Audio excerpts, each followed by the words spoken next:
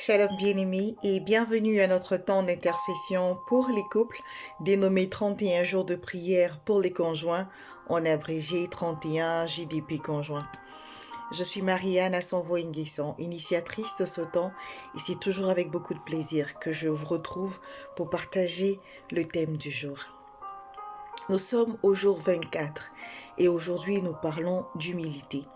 Notre texte biblique est tiré de Jean 3, au verset 30 et je lis. Lui doit devenir de plus en plus grand et moi de plus en plus petit. Parole du Seigneur. Alors j'ai cherché à savoir ce que c'est que l'humilité. Et comme vous savez bien, j'aime beaucoup les définitions.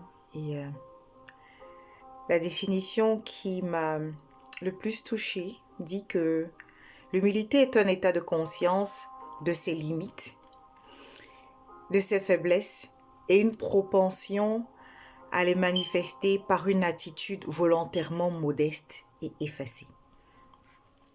Dans cette définition, ce que je comprends, c'est que en tant que personne, je sais que j'ai des limites, que j'ai des faiblesses et j'ai une tendance à être modeste dans ma façon de manifester ou de faire les choses. Je suis modeste et un peu effacée parce que je sais que je ne suis pas entièrement ou totalement fort ou forte en absolument tout.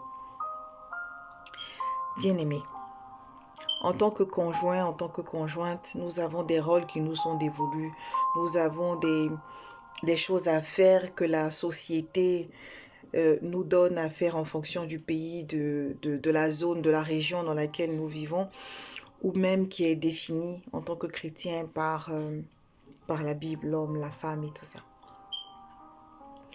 Mais en tant que chef de famille pour l'homme, ce n'est pas parce que l'homme est chef de famille, qu'il est le chef de la femme, qu'il est tout sachant, qu'il sait absolument tout, qu'il maîtrise absolument tout et qu'il sait tout faire dans sa façon d'exercer son pouvoir, d'exercer son rôle de chef.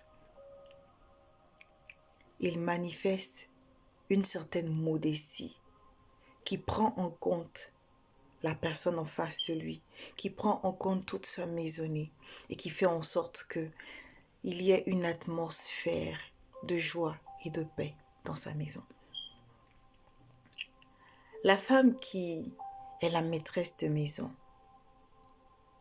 dans sa façon de gérer sa maison, de gérer les enfants, de gérer les choses à faire, ce n'est pas forcément parce qu'on donne la vie qu'on sait absolument tout sur les enfants.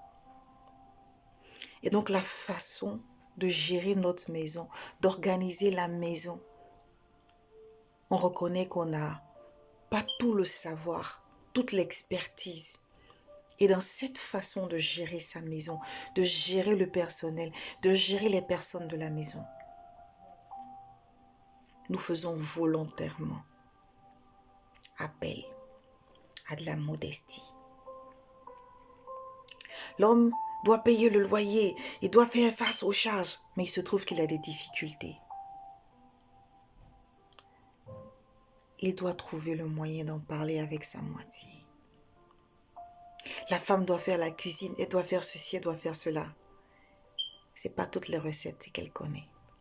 Elle doit trouver l'humilité de demander, de se renseigner, de dire ça je ne sais pas, mais je vais chercher à savoir comment faire.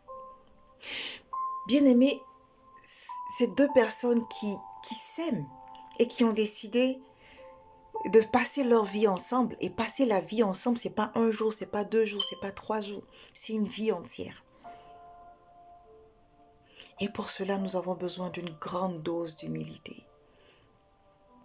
Et c'est seulement en permettant à Christ, qui, lui, est le roi des rois, mais qui a décidé de prendre notre condition humaine, de porter nos péchés, de se promener avec une croix de bois jusque sur